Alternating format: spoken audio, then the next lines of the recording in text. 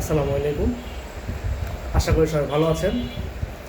আসলে ঠিক দুপুরের পর মুহূর্তে বেশ কিছু পত্রিকায় বা বেশ কিছু অনলাইনের মধ্যে দেখতেছি যে ঢাকা থেকে কুমিল্লা যাওয়ার পথে 20 কার্টন খেজুর দাও।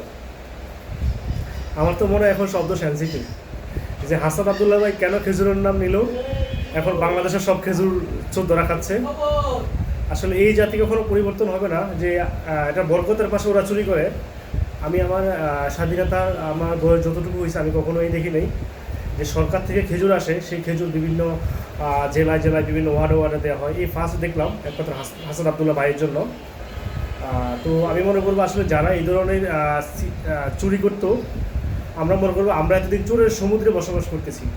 আজকে আমাদের যারা এমপি ছিল তারা প্রতি বছরে চুরি করতো, আজকে ওই চোরদেরকে আমাদের প্রতিহত করতে হবে। আমি মনে করবো এই আল্লাহ এদেরকে যেন হেদায়েত দান করে। আল্লাহর রাস্তায় আপনারা চুরি করেন না, চুরি করার দিন শেষ। আমি মনে করবো আর চুরি করেন না, যাই করছেন করছেন। এবার আল্লাহর কাছে ক্ষমা চাইয়া জনগণের জন্য যেগুলো পান এগুলো জনগণের মাঝে বিলিয়ে দেন। ইনশাআল্লাহ জনগণ আপনাদেরকে পছন্দ করে ভালোবাসবেন। সবাই ভালো থাকেন। আসসালামু আলাইকুম।